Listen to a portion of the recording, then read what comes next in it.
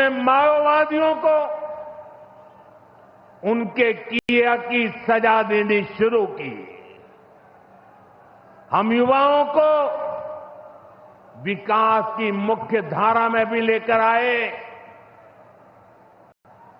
11 सालों की दृढ़ प्रतिज्ञा का फल आज देश को मिलना शुरू हुआ है।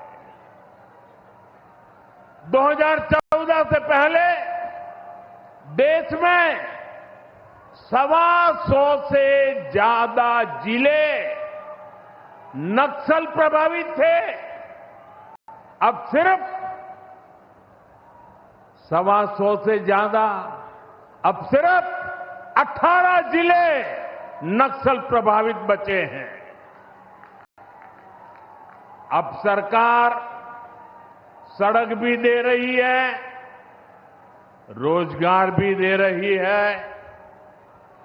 वो दिन दूर नहीं जब माओवादी हिंसा का पूरी तरह से खात्मा हो जाएगा। शांति, सुरक्षा, शिक्षा और विकास गांव-गांव तक बिना रुकावट के पहुंचेंगे। साथियों, जब सुरक्षा और शांति आती है तभी विकास के नए रास्ते खुलते हैं। यहां नीतीश जी के नेतृत्व में जब जंगल राज वाली सरकार की विदाई हुई तो बिहार भी प्रगति के मार्ग पर आगे बढ़ने लगा। टूटे हाईवे, खराब रेलवे,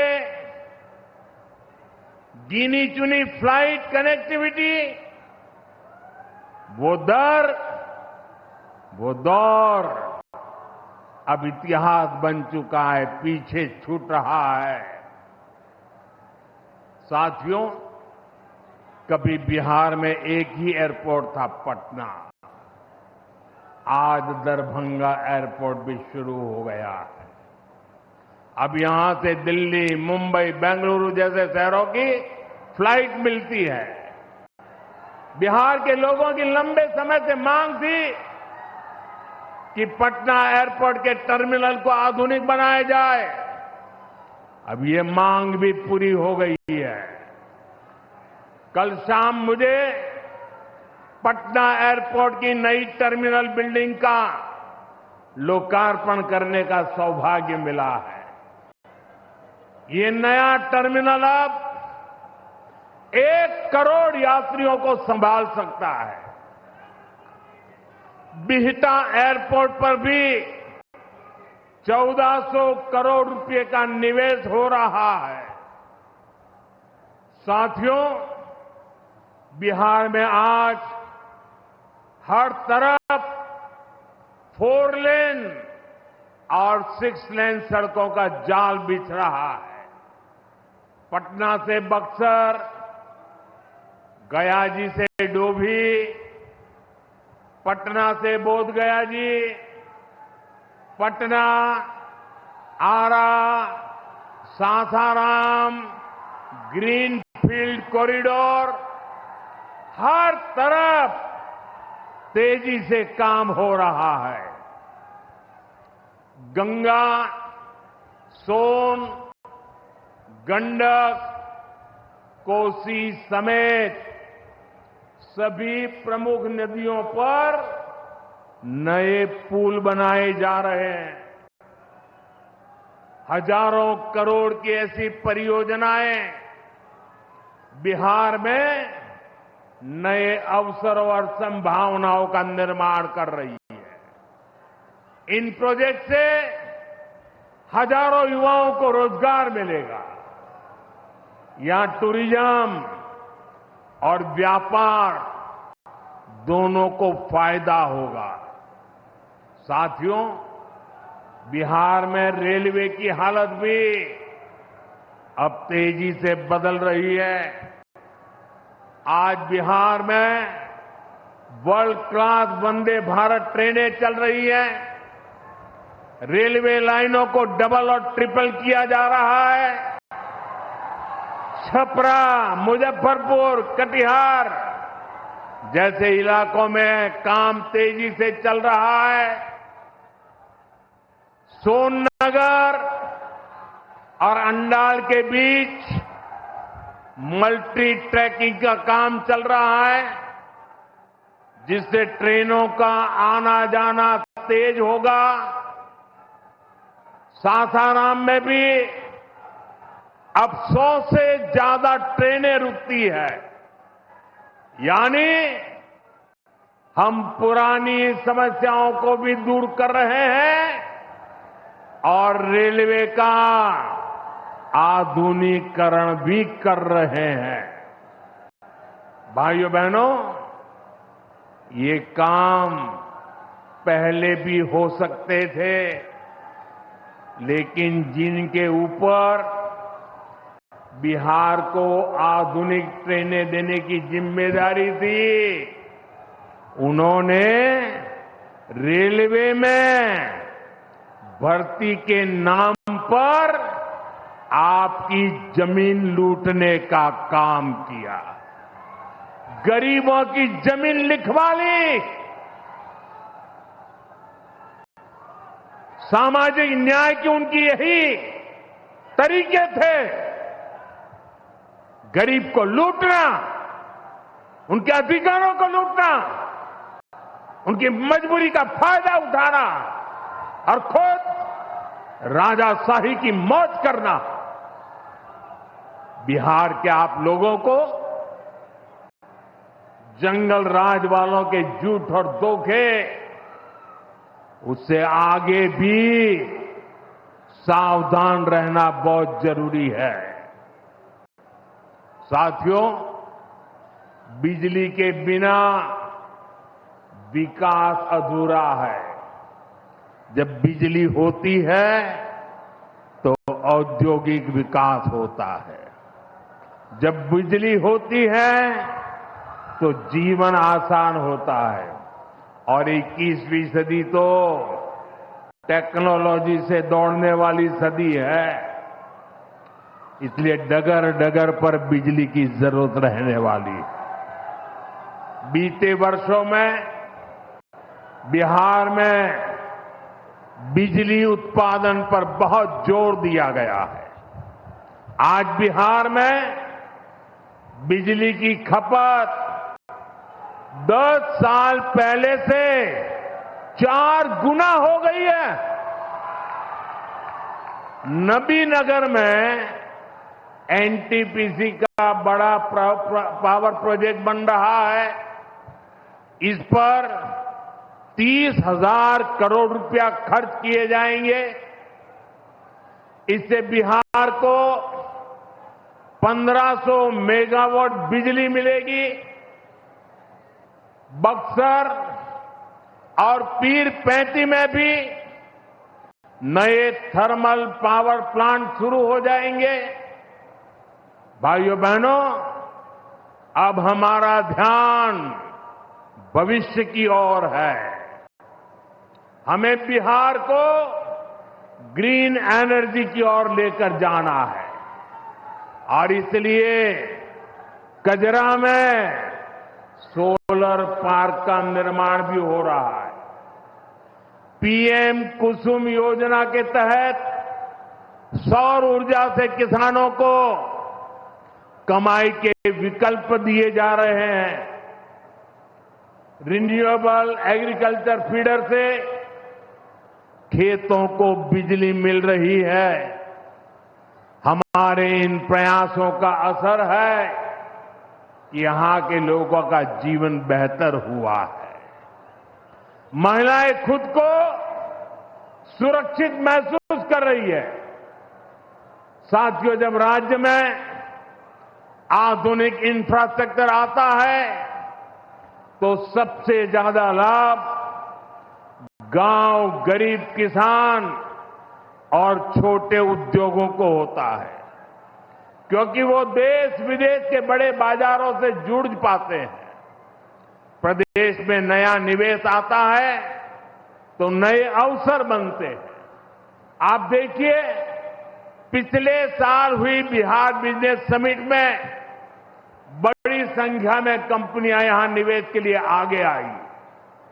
जब राज्य में उद्योग आता है तो लोगों को मजदूरी के लिए पलायन नहीं करना पड़ता, किसानों को भी नए विकल्प मिलते हैं, यातायात की सुविधाएं सुधरने से उनकी उपज भी दूर दूर तक जा पाती है।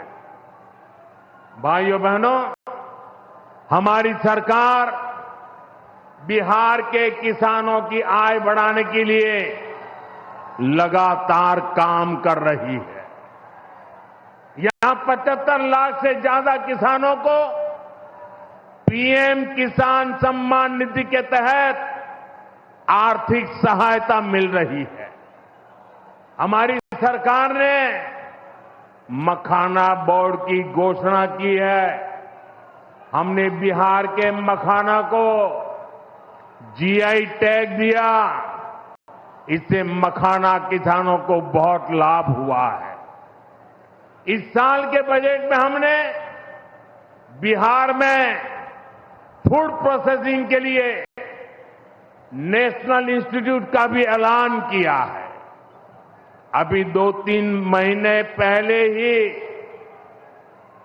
कैबिनेट ने 2-3 दिन पहले ही कैबिनेट ने खरीफ के मौसम के उसके लिए धान समेत 14 फसलों की एमएसपी को बढ़ाने को मंजूरी दी है। इससे किसानों को अपनी फसलों का बेहतर दाम और आमदनी भी बढ़ेगी।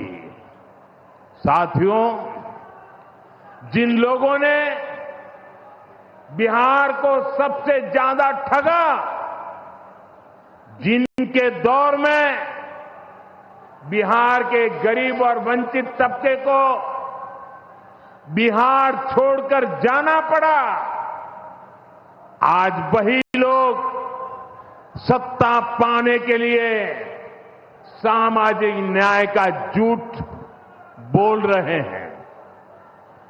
दशकों तक बिहार के दलित, पिछड़ों और आदिवासियों के पास शौचालय तक नहीं था।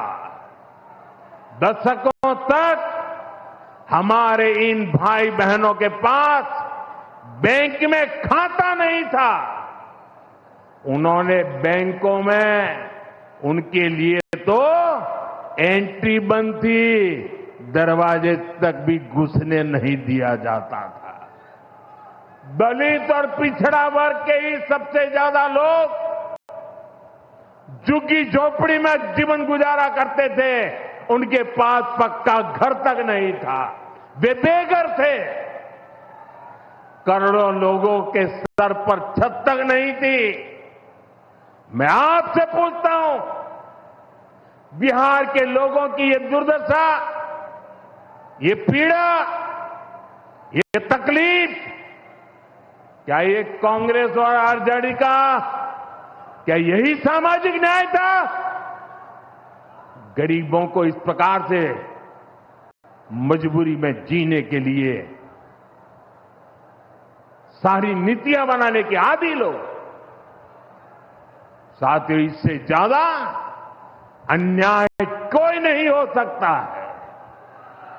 कांग्रेस और आरजेडी वालों, इन्होंने कभी दलित, पिछड़ा की इतनी तकलीफों की चिंता तक नहीं की। ये लोग विदेशियों को बिहार की गरीबी दिखाने के लिए घुमाने लाते हैं। अब जब दलित, वंचित और पिछड़ा समाज ने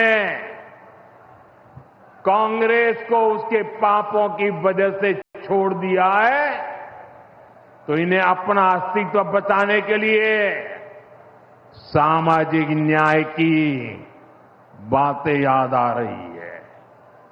भाइयों बहनों, बिहार में और देश में सामाजिक न्याय का नया सवेरा एनडीए के दौर में दिखा है। हमने गरीब तक जीवन से जुड़ी मूलभूत सुविधाएं पहुंचाई है। हम इन सुविधाओं को 100% लाभार्थी तक पहुंचाने के लिए काम कर रहे हैं। 4 करोड़ नए मकान, 3 करोड़ बहनों को लखपति दीदी बनाने का मिशन, 12 करोड़ से ज्यादा घरों में नल का कनेक्शन, 70 साल से अधिक उम्र के हर बुजुर्ग को 5 लाख रुपए तक का मुफ्त इलाज, हर महीने मुफ्त राशन की सुविधा। हमारी सरकार हर गरीब और जरूरतमंद के साथ खड़ी है। साथियों, हम चाहते हैं कि कोई भी गांव छूटे नहीं, कोई भी हकदार परिवार सरकार की योजनाओं से वंचित न रह जाए।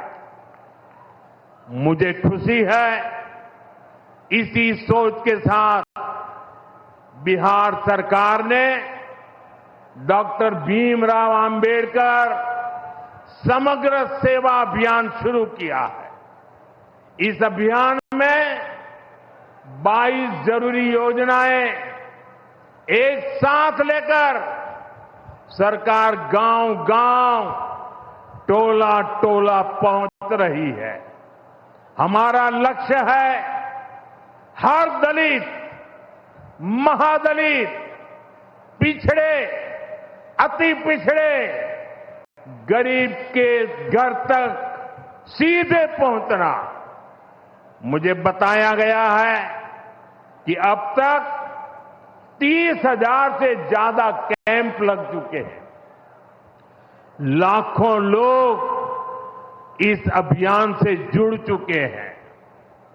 जब सरकार खुद लाभार्थियों तक पहुंचती है तो ना कोई भेदभाव होता है और ना ही कोई भ्रष्टाचार होता है, और तभी सच्चा सामाजिक न्याय होता है।